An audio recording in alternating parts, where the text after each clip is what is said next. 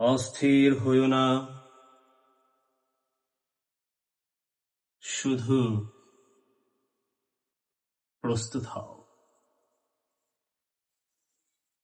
অস্থির হইও না, শুধু প্রস্তুত হও। এখন চোখ আর কান খোলা রেখে অনেক কিছু দেখে যাওয়ার সময়। এ সময় স্থির থাকতে না পারার মানেই হলো আগুনে ঝাঁপ দেয়া। তোমার কাজ আগুনকে ভালোবেসে উন্মাদ হয়ে যাওয়া নয়। তোমার কাজ আগুনকে ভালোবেসে উন্মাদ হয়ে যাওয়া নয়, আগুনকে ব্যবহার করতে শেখা।